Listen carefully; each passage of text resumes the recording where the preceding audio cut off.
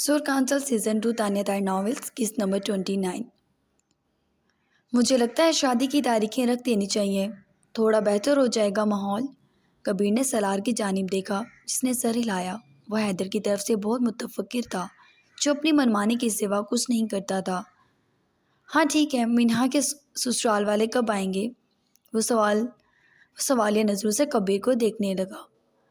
آ گئے ہیں بس، حیدر کی طبیعت کی وجہ سے گھر نہیں بلایا تھا۔ سسرال والے تو نور کے بھی آ گئے ہیں۔ بھائی اگر آپ اجازت دیں تو یہ دونوں فرض خوش اسلوبی سے نبھائے جائیں۔ وہ سالار سے بولا تو سالار نے سر ہلا دیا۔ تم ایک بار سوچ لو، ایان اچھا لڑکا ہے۔ سالار اور کبیر کے درمیان عمل کو لے کے پہلے بھی بات چیت ہوئی تھی اور دونوں کو یہ اچھا نہیں لگا تھا کہ عمل ان کے بیچ نہ ہو۔ عارض کے چہرے پہ ناگواری پھیل گئی۔ پلیز بھیا، میں اس موضوع پر بات نہیں کرنا چاہتا۔ عمل اپنے بیٹے کو لے کر جا چکی ہے، وہ قصہ ختم ہو گیا ہے۔ میری بیٹی کا جس سے جوڑ ملتا ہے شادی بھی اسی سے ہو رہی ہے۔ میں نہیں چاہتا کہ اچانک ایان کو نور کی عمر سے کوئی دقت ہو جائے اور وہ اس کے سر پہ لا کے اپنی عمر کی کوئی لڑکی بچھا دے۔ جذباتی لڑکا ہے وہ تو۔ میں تو اپنی بیٹی کا نقصان نہیں کرنا چاہتا، عارض بولا تو لہجہ کڑک تھا۔ وہ دونوں جو جرح کرنا چاہتے تھے چپ ہو گئے اور سالار کبیر نے بھی پھر یہ موضوع نہیں چھیڑا۔ شادی کی تاریخیں پھر رکھ لو، رات ہی بلا لو مہمانوں کو، کبیر نے عارض سے کہا جس نے سر ہلایا۔ دل تو میرا یہ ہے کہ ذریعہ پرشانی کی بھی رخصتی کر دوں ساتھی، لیکن حیدر سے پہلے ذریعہ نہیں کرے گا رخصتی۔ سالار نے گہرا سانس بھرا۔ رہنے دو بھائیو، ابھی کون سا ہمیں جلدی ہے، روشانی بھی بڑھ رہی ہے، تب تک حیدر اور لائبہ بھی انشاءاللہ سیٹ ہو جائیں گے، پھر دونوں بچوں کے ساتھ ہی کریں گے۔ عارض نے کہا تو کبیر نے بھی حمایت لی تو سالار مان گیا۔ فی الحال نور اور منہا کی ہو جائے، کبیر بولا اور وہ تینوں اس کے بعد شادی کی تیاریوں پر باتیں کرنے لگے۔ حیدر کو بلانا ہے تم نے؟ 100%۔ سالار نے پیچھے ٹیک لگاتے جیمل سے کافی کا کپ لیا جو کہ اس کے لیے بنا کر لائی تھی۔ وہ آئے گا، لائبہ اور اس کی بات چیت ہوگی، تبھی تو اس کے اختلافات ختم ہوں گے۔ مجھے یقین ہے وہ جلد ایڈجسٹ کر جائے گا۔ لائبہ ہے ہی اتنی پیاری بچی، کبیر نے کہا تو سب نے وہاں اس بات میں سر ہلا دیا۔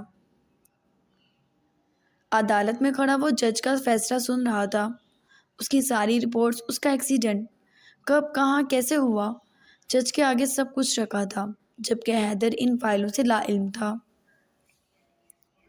جہاں تک کہ اس کے پاس اس کی رپورٹس بھی نہیں تھیں۔ وہ بھی ایک حکومتی وکیل نے اس کے پیچھے ہی سب اکٹھا کر کے پیش کر دیا تھا۔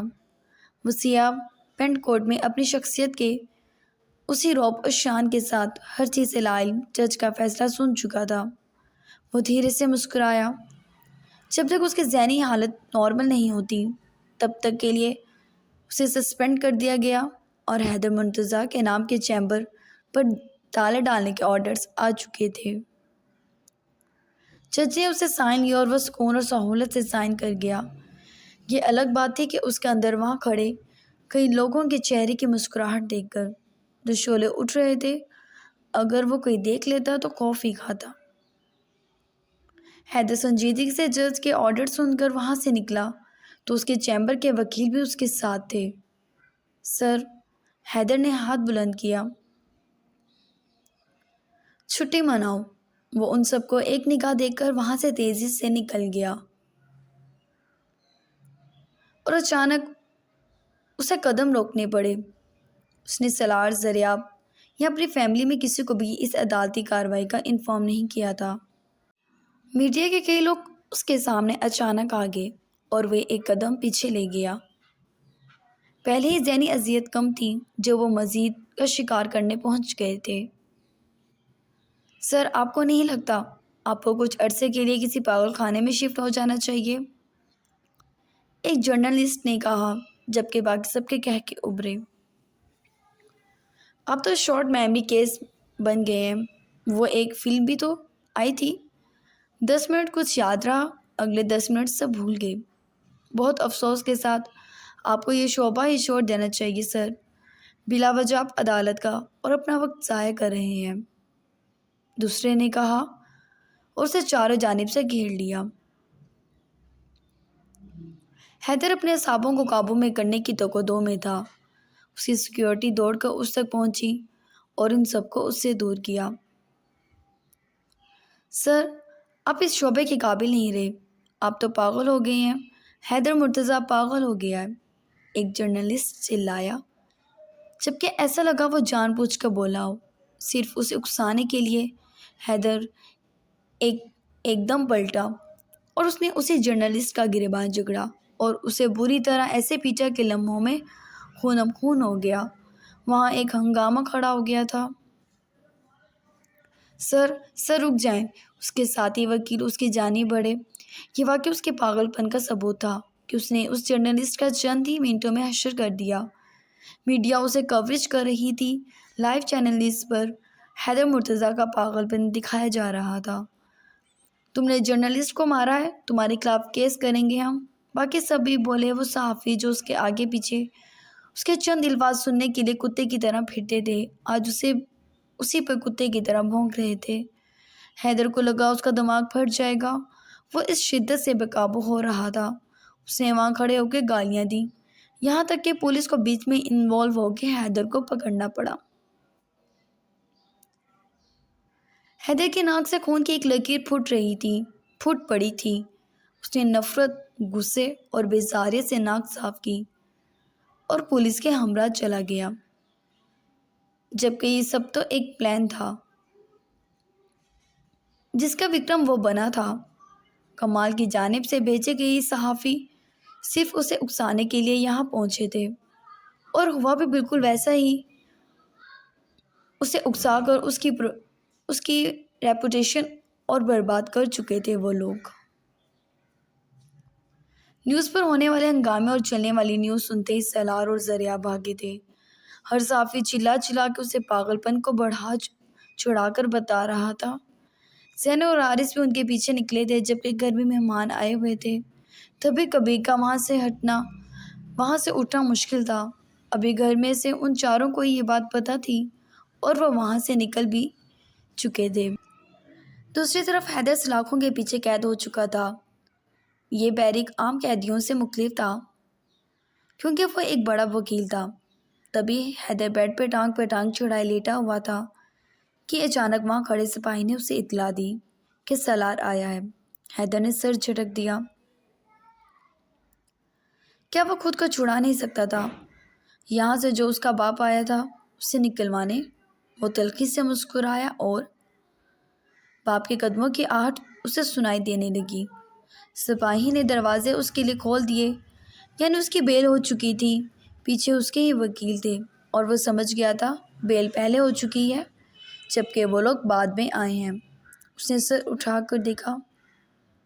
سالار کے چہرے پہ چٹانوں کی سی سختی تھی، تو حیدر کے چہرے پر ہر چیز سے بیزاریت، جیسے جو بھی ہوا اسے اس سے کوئی غرض نہیں تھی۔ جب بدنام زمانہ ہو ہی رہا تھا تو ذرا کھل کر ہوتا تاکہ مزہ آتا۔ وہ سوچتا ہوا اٹھا اور خاموش کھڑے ان چاروں سے کوئی بھی بات کیے بنا باہر نکل گیا۔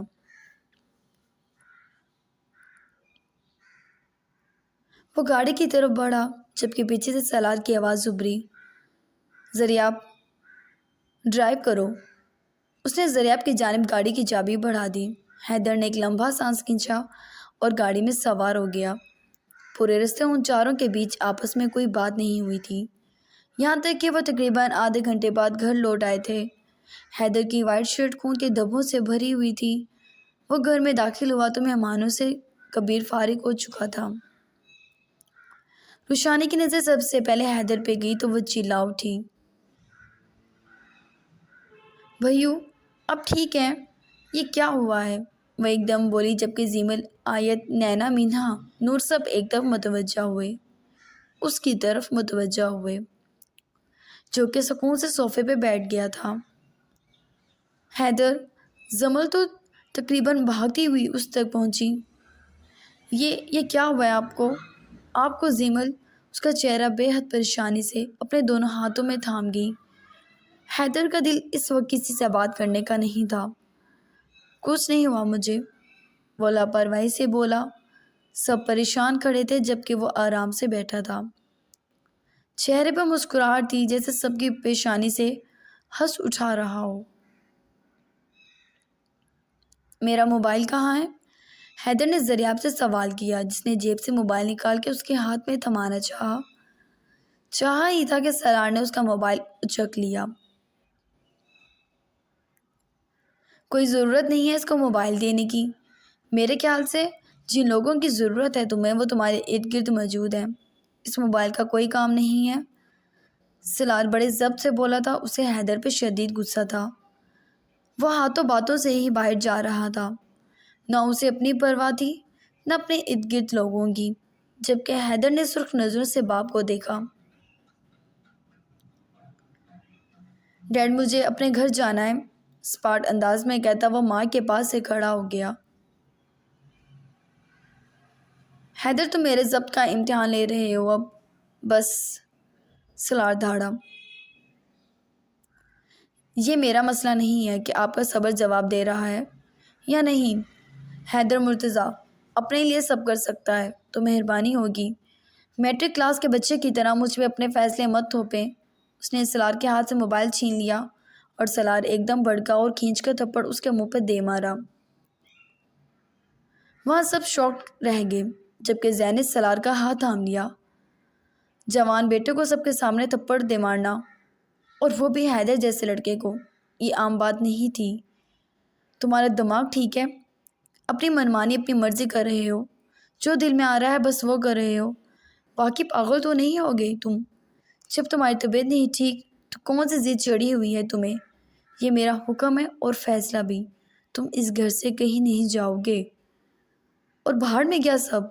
یہ وکالت، یہ عدالت، یہ اسٹیٹس، حیدر مرتضیٰ کی پکار چاروں جانب، سب ختم۔ آج سے حیدر کچھ نہیں ہو تم۔ جو میں تمہارا بھائی اور تمہارے بڑے کر رہے ہیں تم بھی صرف وہی کرو گے حیدر، اور اسے میرا فیصلہ سمجھو گے۔ تم اور میرے فیصلے کے آگے کبھی کوئی جا نہیں سکا۔ انگلی اٹھا کے وہ اسے وارن کر رہا تھا، جبکہ حیدر نے اپنے مضبوط انگلیوں کی 2 انگلیوں کو اپنی پیشانی پر پھیرا، جو کہ پھٹ رہی تھی درد کی شدت سے۔ میں آپ کا فیصلہ کیوں مانوں؟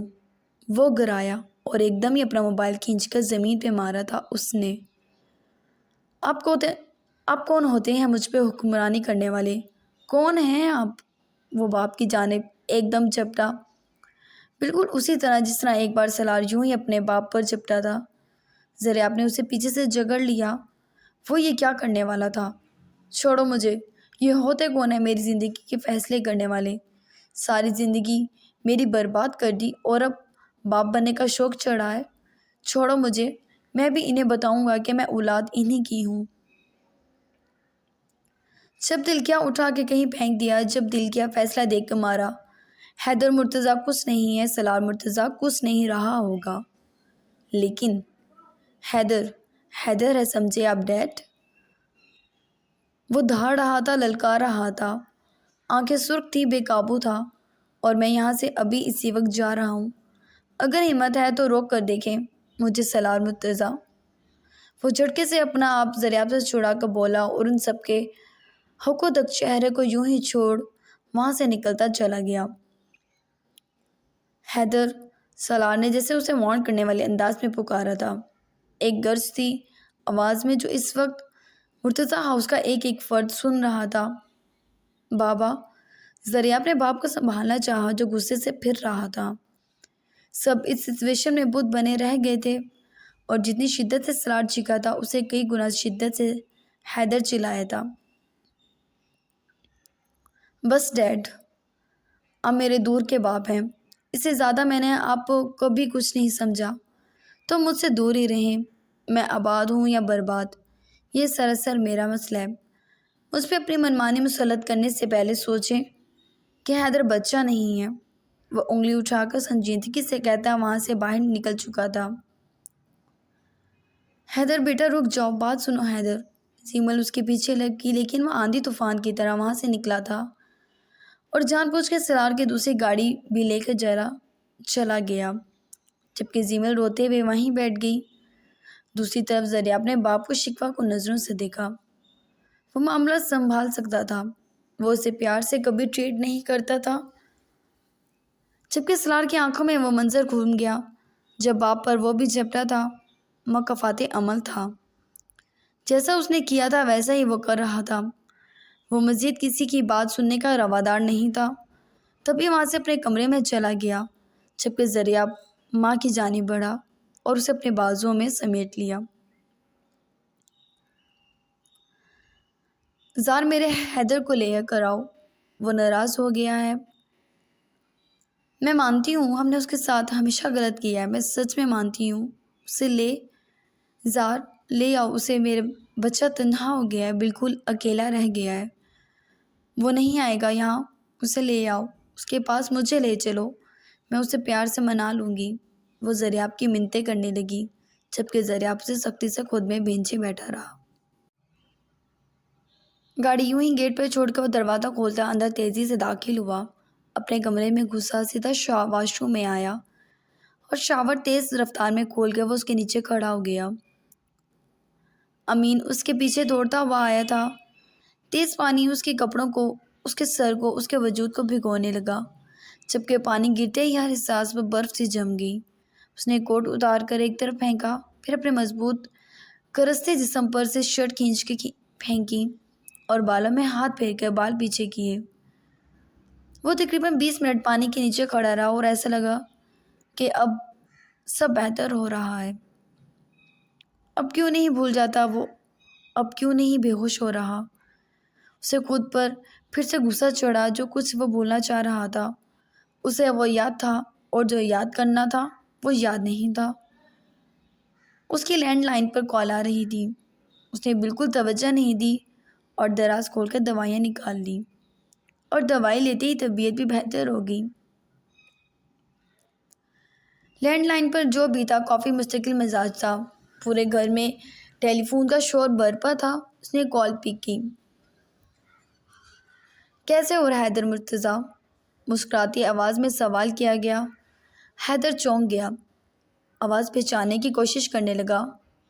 اوہ سوری، مجھے بھی لگتا ہے تمہاری اتنا شارٹ میموری کا مسئلہ ہو گیا ہے۔ تمہیں کہاں میں یاد ہوں گا؟ کمال ہنسا۔ اس کے کہکے نے چنگاریاں تو لگائی تھیں لیکن وہ چپ رہا۔ میں کمال، آج عدالت میں جو بھی کچھ ہوا میں نے کرایا ہے۔ وہ قبول کرنے لگا۔ حیدر کی پیشانی پر بل پڑے۔ میں جانتا تھا تم ایک جذباتی اور آدھے پاگل انسان ہو، تم یہ سب لازمی کرو گے، تبھی دیکھو تمہیں پہلی بار حوالات کی بھی سیر کروا دی۔ چلو خیر، میں تمہیں تمہاری گستاخی پہ معاف کرتا ہوں۔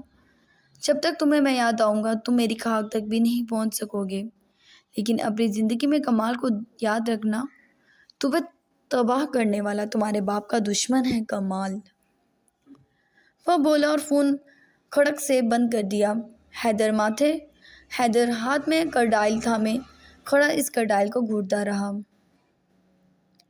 اگر اس کے دماغ کی رگیں پھٹ جاتی اس وقت تو کچھ زیادہ بڑا نہ ہوتا، لیکن نہ وہ بے ہوش ہوا، نہ دماغ کی رگیں پھٹی اور نہ ہی کچھ اور ہوا۔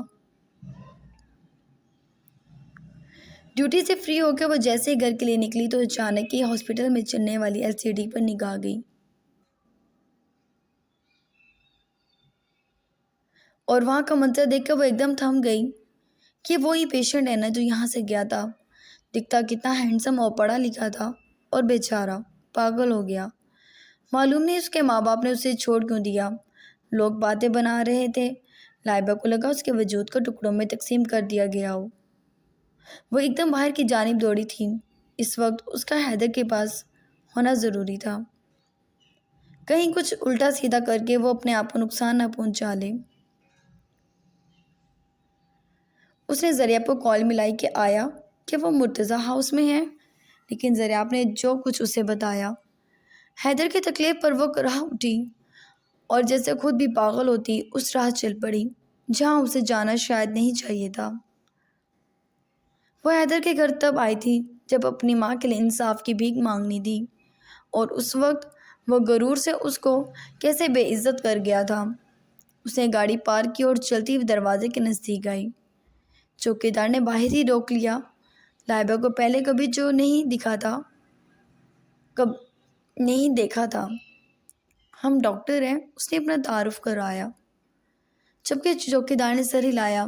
صاحب سے پوچھ کر بتاتا ہوں، وہ کہہ کر مڑ گیا اور امین کو کال کی اور بتایا تو امین کو لگا کہ اپنی طبیعت کی وجہ سے شاید کسی ڈاکٹر کو اس نے بلایا ہو، تبھی اس نے اندر بلانے کا کہا اور لائبہ اندر آ گئی۔ وہ نروس تھی، بے تحاشا، اس گھر میں کوئی اچھی یاد نہیں تھی۔ وہ لاؤنج میں آئی، شدید اسٹائلش گھر تھا، زیادہ بڑا نہیں لیکن بہت خوبصورت تھا۔ امین لائبہ کو گھورنے لگا۔ وہ حیدر کہاں ہے؟ لائبہ کچھ جھجکتے ہوئے بولی۔ صاحب سوئمنگ کر رہے ہیں۔ آپ ڈاکٹر ہیں تو میڈم جی صاحب کو ٹھیک کر دیں، انہیں 1.5 گھنٹہ ہونے کو آیا ہے، متواتر سوئمنگ کیے جا رہے ہیں۔ جی صاحب کو نظر لگی دنیا کی۔ امین کی آنکھیں بھیگ گئیں، لائبہ کی بھی آنکھیں گیلی سی ہوئیں، اسے واقعی نظر لگ گئی تھی۔ امین کے بتائے گئے رستے پہ وہ چل دی، دل دھڑک رہا تھا، لیکن وہ خود کو قابو کیے گھر کے پچھلے حصے میں آ گئی۔